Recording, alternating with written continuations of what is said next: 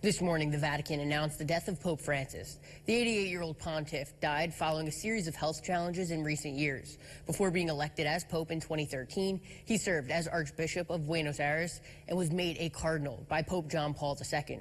As Karen Kafer reports, from the beginning, Pope Francis had the common touch. From the beginning, Pope Francis had the common touch. Buonasera. A simple good evening from the newly elected Cardinal Jorge Mario Bergoglio from Argentina, the first pope ever from the Americas. Equally at home with the poor and the powerful. On the lawn of the White House, he made a plea for immigrants. As the son of an immigrant family, I'm happy to be a guest in this country, which was largely built by such families.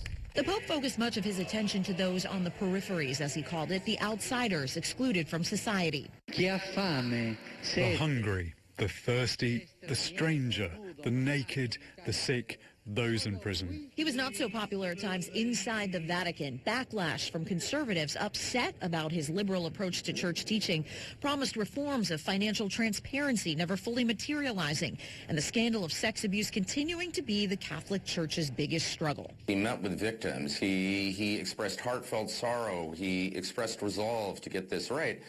But, you know, most critics, many victims, would say that that wasn't matched with a policy follow-through. When the coronavirus pandemic hit in 2020, this image of the Pope blessing the world from an empty St. Peter's Square became a symbol for that desolate time. Francis urged nations to share their vaccines with poorer countries and vaccinated hundreds of homeless and underprivileged at the Vatican. From the beginning of the war in Ukraine in 2022, Francis was an outspoken advocate for peace. Francis avoided outright condemnation of Vladimir Putin, but publicly appealed to the Russian president, begging him to stop for the love of his people, the Pope said. He made similar appeals for peace during the conflict in the Middle East, saying that the Israel-Hamas war had descended into terrorism. He insisted that war is always a defeat and said self-defense that is not proportional is immoral. Francis's most important message was one of fraternity, that we are all brothers and sisters despite our differences. I'm Karen Kafer reporting.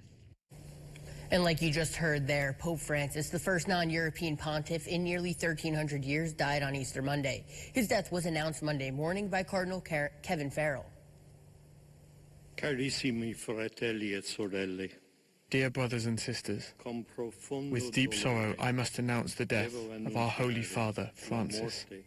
At 7:35 this morning, the Bishop of Rome, Francis, returned to the house of the Father. His whole life was dedicated to the service of the Lord and his church. The news came as a shock to many, coming less than a day after the Pope made a high-profile appearance in public to celebrate Easter. And many around the world are mourning the Pope's death. Here's what France's president had to say. During his whole pontificate, he was by the side of the most vulnerable, the most fragile. With much humility and in this time of war and brutality, a very particular sense of the other and the most fragile. And in that he was faithful to a tradition that was dear to him. As Catholics around the world mourn the death of Pope Francis, the Vatican is preparing for what comes next. The process of selecting a new pope begins when conclave is convened between 15 and 20 days after Francis's passing. Conclave can last up to 13 days. The new pontiff will be installed less than a week after he is elected. And the day before the death of Pope Francis, U.S. Vice President J.D. Vance met the pontiff in the Vatican. Vance posted to social media a message about what the Pope meant to him and was appreciative of the chance to meet the Pope. During the meeting, Vance could be heard telling the Pope he prays for him every day. The 88-year-old pontiff presented Vance with a tie, rosaries, and 3 large chocolate Easter eggs for Vance's children.